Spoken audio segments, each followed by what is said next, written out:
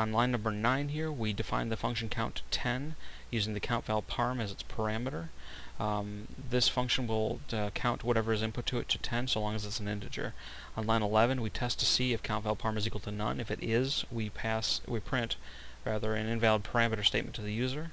Then on line 13, we check to see if it could be an integer using the isDigit method. Returns false. We print to the user invalid parameter also.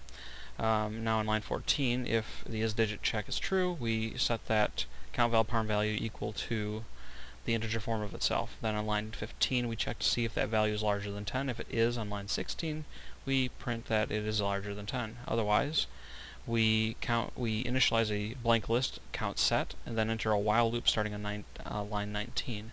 The while loop condition is so long as count val parm is less than or equal to 10, it will execute the loop.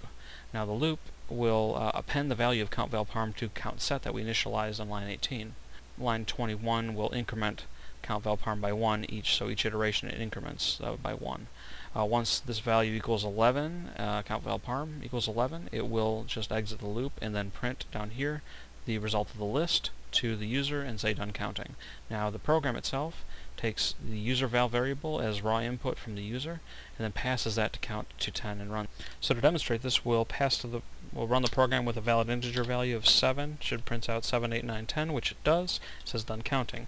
Running the program again, passing in a value greater than 10, like 11, should return values larger than 10, and it does. Next one we run is a non-integer test.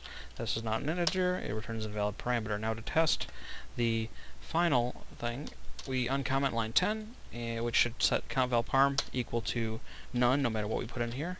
So we should get an invalid parameter back, and it does.